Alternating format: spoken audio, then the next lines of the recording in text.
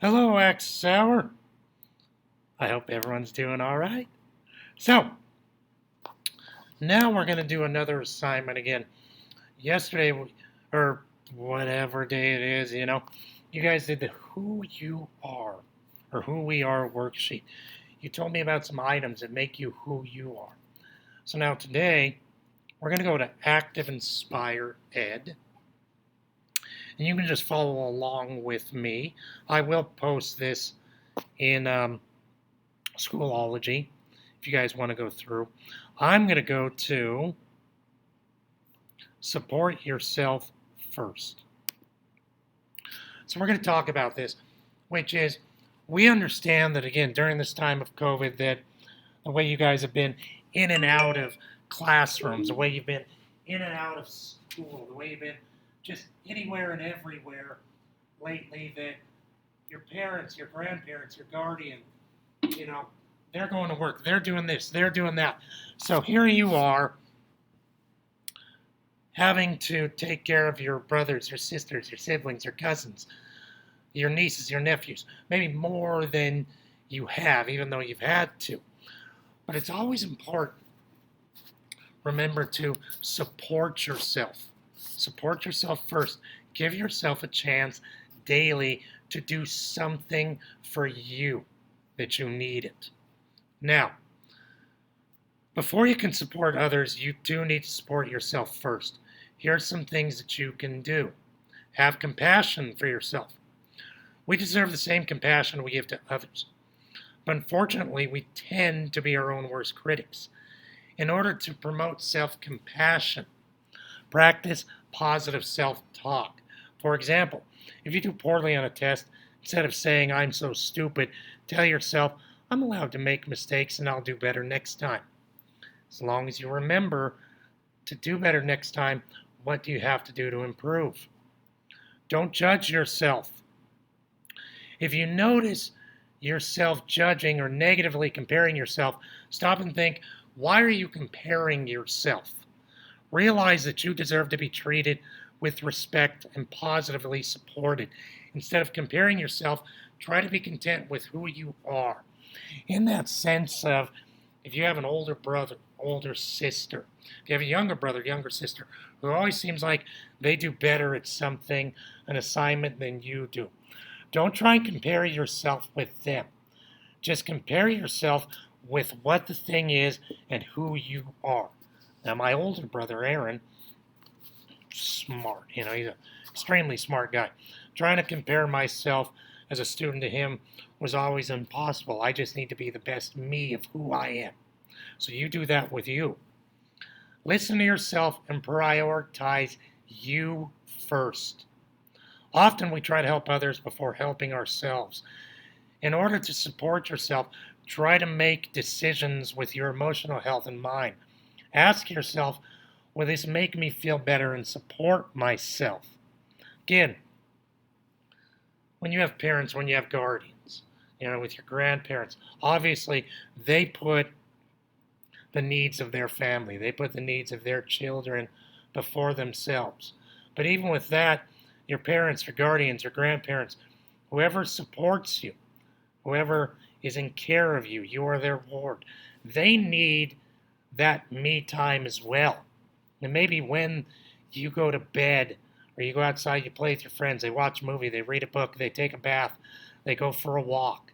It could be on the weekend. Again, you go to your grandparents, you stay a night with your friends, and that gives your parents, your guardians, that gives them their me time.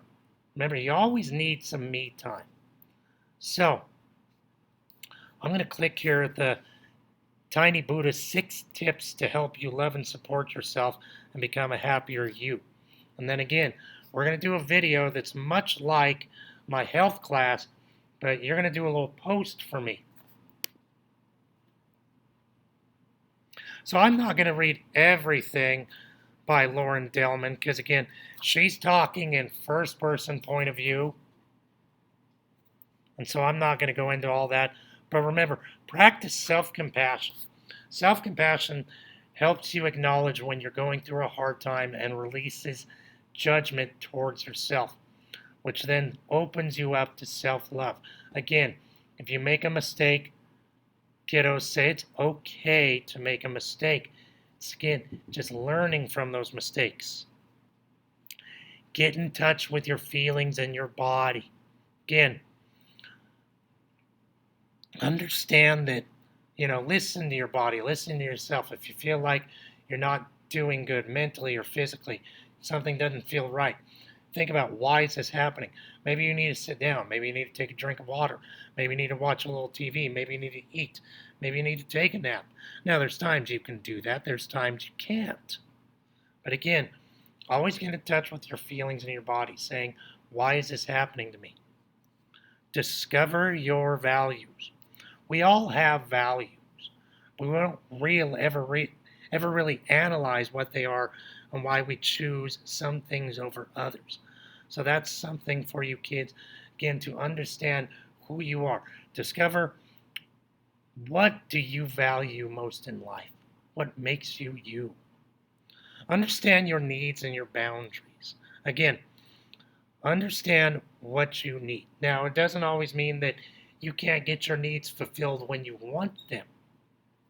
But understand that you have a need, that maybe, again, you have a hunger, you have a thirst, you're tired.